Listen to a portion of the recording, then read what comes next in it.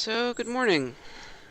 Um, Basically, I woke up early and I wanted to share what I was working on this weekend, which is a Polaris-style launcher, where the first stage is a jumbo jet, and out of the jumbo jet is launched a rocket. Doesn't work as well as I'd hoped, but it works. I built this, and if you look inside, we have a three-stage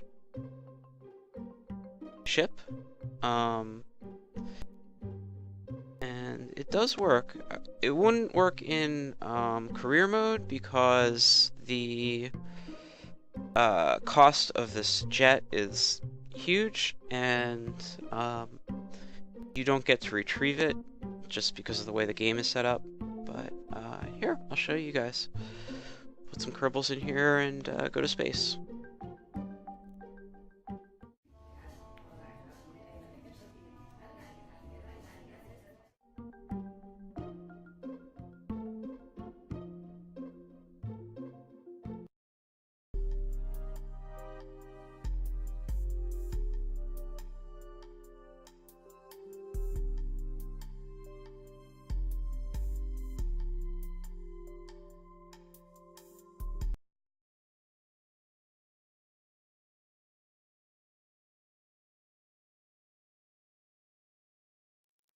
Alright, brakes to full. This does have a decent amount of thrust, so it actually launches pretty well. It's going to be too noisy once I hit go, so just enjoy.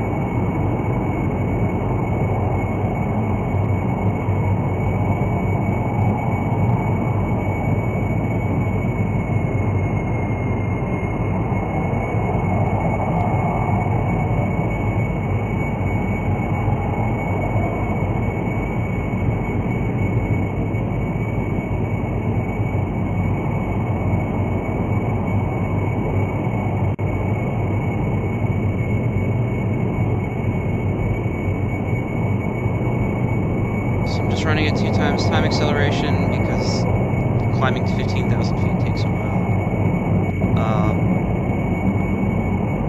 And it's pretty drama-free. Like, it's a very stable wing. It's a stable aircraft for transonic speeds. Let's get up to about Mach 1.1, which still surprises me, honestly.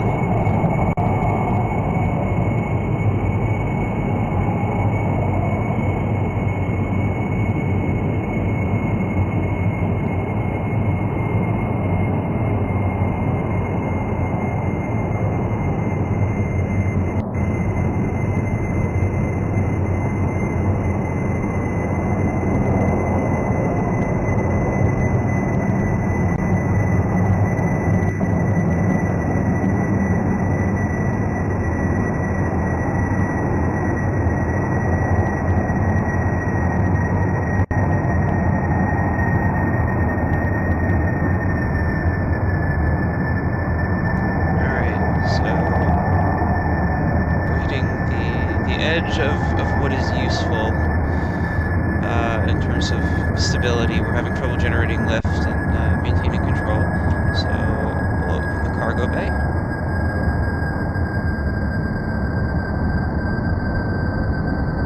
And drop.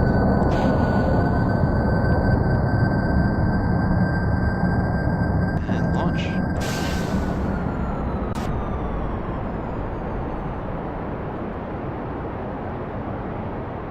You see our dropship is way behind us already. And unfortunately is basically just deleted from the game.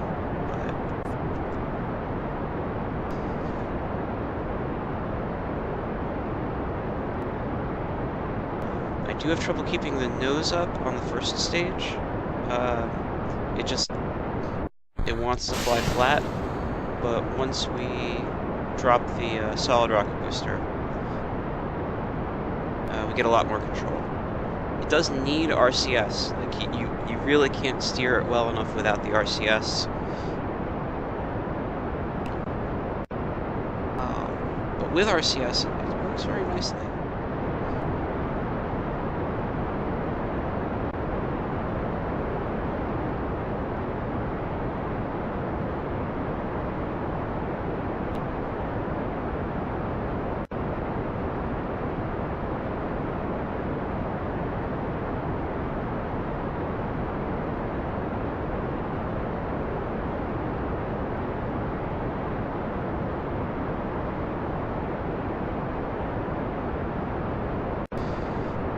Launch profiles do tend to be really flat with this setup, just because of how we're getting up into the air in the first place.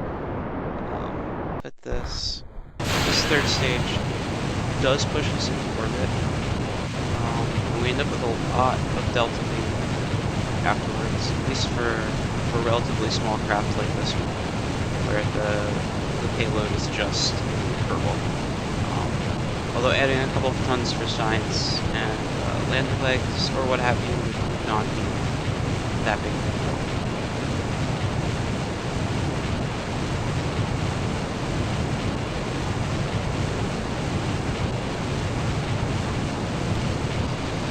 See, I had to add 2 small engines in addition to the LV909 just because the 909 on its own didn't have quite enough thrust, but I really didn't want to use another 45, it just seemed way too heavy. So this is a nice compromise.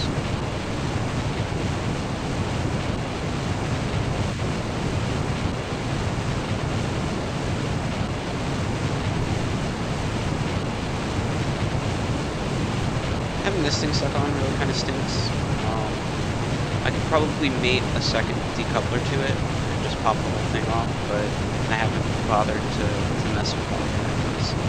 Mostly focused on getting the design right for actually being able to make orbit this weekend. And getting the drop ship to be big enough was one of the major problems, because that drop point, if the rocket nicks the sides of the cargo bay, it can be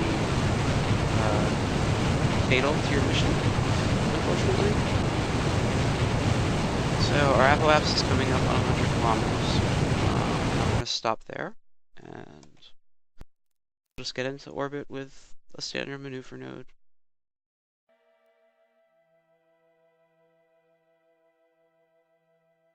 See how much delta V we have left. You'll notice we haven't even come into our third stage yet.